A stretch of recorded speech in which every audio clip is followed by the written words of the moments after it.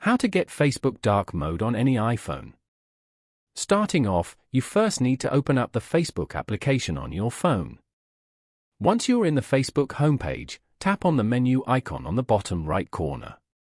From the menu, scroll down to the bottom and tap on Settings and Privacy. From the options that appear, tap and go to Settings. Now on this page, you need to scroll down and look for the dark mode option. Once you find it, tap on it. From here, you need to select on to turn on dark mode for Facebook. You can also select System if you want it to be aligned with your iPhone. You can follow the same steps to turn it on or off according to your preference. Following these steps, you can easily get Facebook dark mode on any iPhone. Thank you for watching.